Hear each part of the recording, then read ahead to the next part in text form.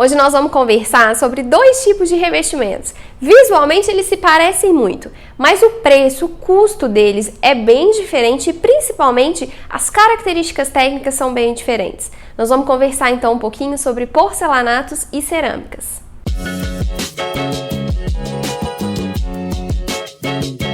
Se você está construindo, está reformando, está passando por esse processo todo ou conhece alguém que está passando por isso também e chegou na fase de acabamento, de escolher os revestimentos, que vai colocar no piso, que vai revestir ali alguma parede, assista esse vídeo aqui até o final e envie também para essa pessoa que você conhece, que eu tenho certeza que vai te ajudar bastante nessa etapa. Mas antes disso, já se inscreva aqui no canal, ativa também as notificações e deixa seu like aí nesse vídeo, isso tudo é muito importante para mim. Então vamos começar pela principal diferença entre esses dois tipos de revestimentos, Vamos começar lá do início, lá da composição desses materiais. A cerâmica, ela é composta 70% de argila e 30% de rochas e outros minerais. E a gente consegue muito bem identificar uma cerâmica pelo lado de trás dela, Porque ela tem aquele tom mais avermelhado justamente por essa alta composição, essa alta quantidade de argila que existe nela. Já o porcelanato é o contrário, ele tem 30% de argila e 70% de rochas e minerais rochosos. Inclusive, uma curiosidade, esses minerais compostos no porcelanato, alguns deles são minerais que a gente utiliza para fazer porcelana, daí que vem o nome porcelanato. Outra grande e importante diferença desses materiais é quanto à resistência. O porcelanato ele é queimado a uma temperatura bem mais alta que a cerâmica, o que faz com que o porcelanato se torne um revestimento bem mais resistente do que a cerâmica também. Ainda falando da resistência, e aí independente se você vai comprar um porcelanato ou uma cerâmica, Esses dois materiais existe neles uma classificação de uso.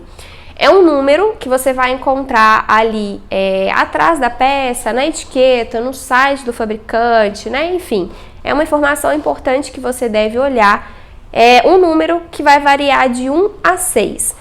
Quanto menor esse número, menos resistente esse material é. E vice-versa, Quanto maior, mais resistente. Então, se você escolhe ali um porcelanato ou uma cerâmica que tem classificação 1, a gente indica que esse seja colocado só numa parede, Não é um material tão resistente para você colocar no piso, por exemplo. Agora, classificação 6, classificação máxima, são revestimentos que a gente coloca, por exemplo, em locais de alto tráfego, num shopping, num hall de hotel, Ambientes que têm um tráfego ali, ambientes comerciais principalmente, que tem tráfego de pessoas bem maiores. Outra grande diferença do porcelanato e da cerâmica é quanto à absorção de água. Quando a gente tem um material que absorve muita água, ele acaba ficando bem mais fácil de manchar, Então, quando a gente compara porcelanato e cerâmica, a cerâmica ela absorve bem mais água do que o porcelanato. Então é muito mais fácil uma cerâmica manchar do que um porcelanato, Então se a gente comparar aí nessa questão de absorção, qual que vai resistir mais a manchas, Enfim, o porcelanato ele é mais resistente também. Agora vamos falar um pouquinho sobre o assentamento, a forma que esses revestimentos são colocados. Em geral, as cerâmicas elas são assentadas com a junta de assentamento tradicional, um pouquinho maior. Já os porcelanatos, eles podem ser assentados com essas juntas menores ou até mesmo o que a gente chama de junta seca, que é quando a gente coloca uma peça grudadinha ali na outra sem o distanciamento, sem essa junta de assentamento, E isso devido ao acabamento desses materiais. As cerâmicas tradicionais, elas são comercializadas com acabamento bold, que é aquelas bordas mais arredondadas. Existem cerâmicas com acabamentos retificados, mas a maioria delas, as mais tradicionais, são as cerâmicas com esses cantinhos arredondados. E os porcelanatos não. Os porcelanatos eles são comercializados retificados, que são com as bordas todas retinhas, que é isso que faz com que a gente consiga colocar ele mais pertinho ali um do outro, sem precisar ter aqueles rejuntes, mais largos, mais feios. Que o que faz hoje a gente ter um piso ali mais bonito, mais sofisticado, é realmente essas juntas de assentamento mais finas, mais leves, mais delicadas, mais imperceptíveis. Outra grande diferença desses materiais é em relação ao formato, ao tamanho das peças. As cerâmicas, em geral, elas são comercializadas em formatos menores. Às vezes a que a gente acha aí maior é mais ou menos o tamanho de 80 por 80 centímetros, né? Agora, os porcelanatos, fica até difícil para mim aqui falar para vocês o maior tamanho que a gente consegue encontrar no mercado, né? Porque os grandes formatos cada vez mais vêm chegando e ganhando espaços no mercado, e a gente tem visto porcelanatos muito grandes, até aí de 3,60 m por 1,80 m, por exemplo, que a gente chama de lastras, né?